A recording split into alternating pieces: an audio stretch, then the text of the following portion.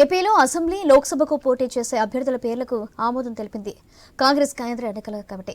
తొలి జాబితాలో 5 ఎంపీ, 114 మంది ఎమ్మెల్యేల అభ్యర్థుల పేర్లకు ఈ సమావేశంలో ఓకే చెప్పినట్లుగా ఏపీసీసీ చీఫ్ వైఎస్ షర్మిలారెడ్డి తెలిపారు. ఢిల్లీలో జరిగిన సీఈసీ మీటింగ్లో షర్మిల పాల్గొన్నారు. రేపు తొలి జాబితా విడుదల చేస్తారని తెలిపారు. పెండింగ్లో ఉన్న నియోజకవర్గాలకు కూడా త్వరలోనే ఆమోదం తెలియజేస్తారని అన్నారు. కాంగ్రెస్ వర్గాల నుంచి అందుతున్న సమాచారం మేరకు కడప లోక్సభకు వైఎస్ షర్మిలారెడ్డి, రాజమండ్రి లోక్సభకు గిడుగు రుద్రరాజు, బాపట్ల లోక్సభకు కేంద్ర మాజీ మంత్రి జేడీ శ్రీలం, కాకినాడ నుంచి కేంద్ర మాజీ మంత్రి పల్లం రాజు, అనకాపల్లి నుంచి వేగి వెంకటేష్ పేర్లు ఖరారైనట్లుగా తెలుస్తుంది. ఎన్నికల్లో మాజీ మంత్రి రఘువీరారెడ్డి పోటీకి దూరంగా ఉన్నట్లు సమాచారం. విపక్షాలపై అభాండాలు వేసేందుకు ఏపీలో పెన్షన్లను జాప్యం చేస్తున్నారని ఆరోపించారు షర్మిల. నేరుగా లబ్ధిదారుల ఖాతాలోనే పెన్షన్ వేయాలని ఈసీ ఆదేశించినా ఎందుకు వేచి చూస్తున్నారని ప్రశ్నించారు ఆమె.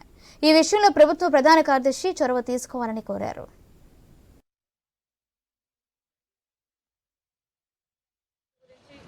క్యాండిడేట్ల గురించి డిస్కస్ చేయడానికి ఈరోజు సిఈసి మీటింగ్ జరిగింది న్యూఢిల్లీలో. సిఈసి మీటింగ్లో 114 మంది ఎమ్మెల్యే క్యాండిడేట్ల పేర్లను, 5 మంది ఎంపీ క్యాండిడేట్ల పేర్లను అప్రూవ్ చేయడం జరిగింది. ఈ లిస్టుని రేపు బయట పెట్టే అవకాశాలు ఉన్నాయి. వారం రోజుల లోపలే